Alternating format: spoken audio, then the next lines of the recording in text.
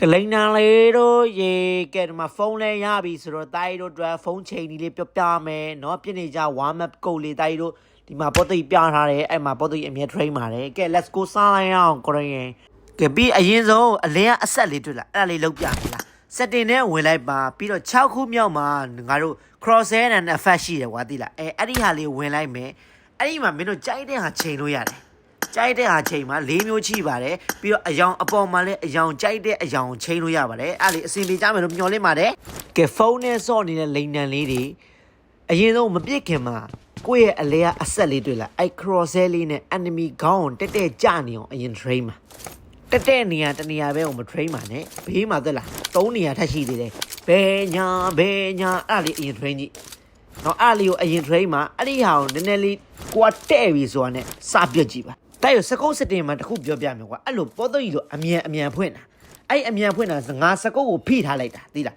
ဟိုးလောက်ထားလိုက်တာကွာအဲ့ဒီဟိုးလောက်ထားတဲ့ setting လေးတခုပြောပြမယ်ဒါတိုက်လို့သဘောနော်ကြိုက်တာသုံးမကြိုက်မသုံးနဲ့အေးဆေးပဲနော်အဲ့ဒါလေးတခုပြောပြမယ် setting ဖွင့်ချင်းတွေ့ရပါလိမ့်မယ်ရွှင်ပေါ်တော့ပြထားတဲ့အတိုင်းထားလိုက်လို့ရပါတယ်ရွှင်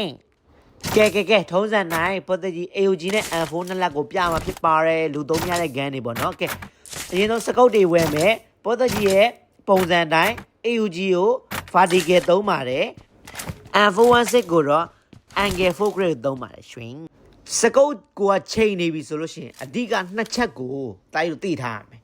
အဲ့လိုအပေါ်အောက်ရမ်းနေရင် sensitivity ကိုတွားပြီးလို့ရှိရင် M416 ဆို M416 ကိုမရွေးထားဘူးဆိုလည်းရတယ်ဘာမှဖြစ်ဘူးဟိုဘက်ဘေးမှာမချိန်ဒီ ADS sensitivity တွေ့လားအဲ့ဒီကောင်ချိန်မှတ်ထားနော်အပေါ်အောက်ခါနေရင်အဲ့ ADS sensitivity ကိုချိန်နောက်တစ်ခုကတိုက်လို့ဘေးဘယ်ညာခါနေလို့ရှိရင် ADS gyro sensitivity ကိုချိန်ပါအဲ့နှစ်ချက်သိထားလို့ရှိရင်စကုတ်ကောင်းချိန်လို့ရပြီ let's go ကဲရတော့လေးစမ်းကြည့်မှတိုက်လို့မစိုးဘူးတိုက်လို့ခေါင်းနေပဲခေါင်းအဓိကတော့ခေါင်းနေရအရေးကြီးတယ်ကိုအလောဆယ်စကုတ်ကိုငြိမ်ပြီလားမငြိမ်ပြီလားဆိုတာနည်းနည်းလေးပြန်ကြည့်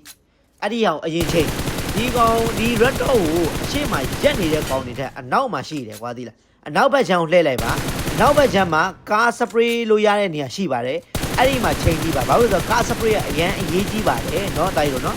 ဒီကားစပရေးလေးတွေကိုဒီ gyro နဲ့ကိုသုံးတဲ့အလျောက်ကိုတိုက်ပြီးတော့ချိန်ကြည့်ပါအစင်ပြေပါလိမ့်မယ် red dot တူမချိန်ပြတော့ပါဘူး 4 scope တို့3 scope တို့သွားပါ let's go ကဲ 4 scope စပါမယ်အရင်ဆုံးကြည့်ပါမယ်အပေါ်လေးကိုနည်းနည်းထောင်နေပြီပရိထားမိလားတိုက်လို့အပေါ်လေးနည်းနည်းထောင်နေတယ် setting ကိုသွားမယ် sensitivity ကိုသွားမယ်စွမ်းနာပြောထားတဲ့အတိုင်းပဲ ADS sensitivity ကိုသွားပါမယ်5ခုလောက်ပဲတိုးပါမယ်တိုက်လို့5ခုလောက်ပဲတိုး5ခုစီတိုးอ่ะအရင်အများကြီးမတိုးနဲ့ဟုတ်ပြီလားအရင်များဝိုင်း5ခုပြန်လျှော့အဲ့လောက်ပဲသွားကဲအစင်ပြေလားကြည့်မယ်ခေါင်းနေပဲအစင်ပြေသွားပြီအဲ့လောက်ဆိုဘောသိနေကွက်တိသွားချအောင်အဲ့လိုချိန်တယ်လို့ရှိရင်အချိန်လေးနည်းနည်းတော့ပေးရမယ်နော်ဒီဟုတ် sensitivity ချိန်တာတော့အချိန်လေးနည်းနည်းတော့ပေးရမယ်စိတ်ရှည်တီးခံမှာအဲ့ဒါဆိုရင်တိုင်းတို့အကောင်းဆုံး support တစ်ခုတိုင်းတို့အတွက်ပိုင်းဆိုင်ပါလိမ့်မယ်နော်စိတ်ရှည်ကြပါကဲ3စာလေးစမ်းကြည့်မယ်အဟို3စာလေးတိုင်းတို့ဘဲညာရမ်းနေတယ်လို့ဘဲညာရမ်းနေတယ်လို့ okay ဂျိုင်ကိုသွားမယ်အောက်ဆုံးသွားလိုက်ပါဂျိုင်ကို ADS sensitivity ကိုသွားပါနော်ကဲနည်းနည်းလေး +5 လောက်တိုးလိုက်မယ်ပြည့်ကြည့်မယ်မိုက်သွားပြီဗျမန်တက်နေတာမန်တရားချန်နေတီဝနေတက်မစိုးသေးဘူးတိုင်းတော့မစိုးသေးဘူးအဲ့လိုလေးချိန်ကြည့်နော်တိုင်းတို့အေးနည်းနည်းစစ်စကုတ်လေးစမ်းကြည့်မယ်အမတက်နေတာကြာခေါင်းနေပြီကြာအမတက်နေတာကြာကောင်းတိုင်းတို့ကောင်းမလီကောင်းနေတာမလီလာလိုက်တာကဲအဆင်ပြေပါတယ်နော်ကဲတိုင်းတို့အယူကြီးသွားလိုက်ပါမယ်ဆရာပါ AOG သွားလိုက်ပါအောင်ရတော့လားလိုတော့ဦးတိုင်းတို့ရပြီအဲ့လောက်တော်ငြိမ်နေပြီတော့ရပြီအဲ့လောက်ရတော့ရပြီတိုင်းရတော့ရပြီအဓိကကြတဲ့3စားတော့4စားတော့သွားမယ် let's go ကဲ4စားလေးတိုင်းပြစ်ကြည့်မယ်အပေါ်ကြီးထောင်တက်နေတာကွာအပေါ်ကြီးထောင်တက်နေတယ်ဘယ်လိုပြရကဲအပေါ်ထောင်တိုင်းဘာလုပ်မလဲ ADS sensitivity ကိုချိန်ပါကဲ +5 လေးပဲတိုးမယ် +5 လေးပဲတိုးမှာ5ခုလေးပဲတိုးပြီးပြစ်ကြည့်ပါမယ်ကိုရင်ကဲစမ်းကြည့်အောင်တိုင်းတို့ခေါင်းနေပဲကြည့်မင်းတို့မျက်စိရှင်းပါတယ်ငါလက်တွေပြတယ်ကွာဟုတ်ပြီလားကဲပြောမင်းတို့ချိန်ကြည့်မင်းတို့မဟုတ်ဘူးဆိုပါရိုက်ကွာသီးလားအန်သွားကျွတ်အောင်ကိုရိုက်ကွာမဟုတ်ဘူးဆိုလို့ရှိရင် အေးငါအဲ့လိုအာမခံတာလူ၈ယောက်ရှိပြီငါ့ကိုရိုက်တာဆိုအန်သွားမရှိတော့စားတိုင်းတို့လက်ထိုးကဲ3စာလေးသွားလိုက်အောင်4စာနဲ့များသွားပြီကဲ3စာ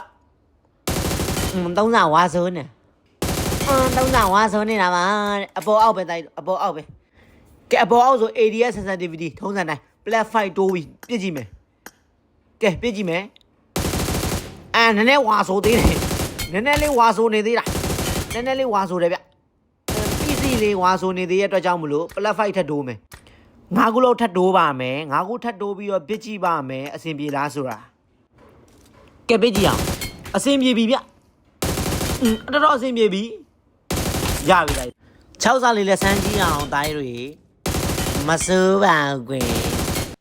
ကဲတိုင်းရုံနဲ့အားလုံးပဲအစင်ပြေကြလိမ့်မယ်လို့တော့မျှော်လင့်ပါတယ်ကွယ်ပုတ်သိနောက်ဆုံးမှာလက်ကွက်နဲ့ sensitivity ကုတ်လေးပြထားပါတယ်ရှင်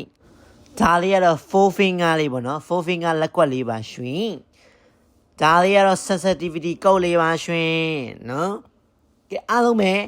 နောက်ဗီဒီယိုမှာပြန်တွေ့ကြမယ်အဘွား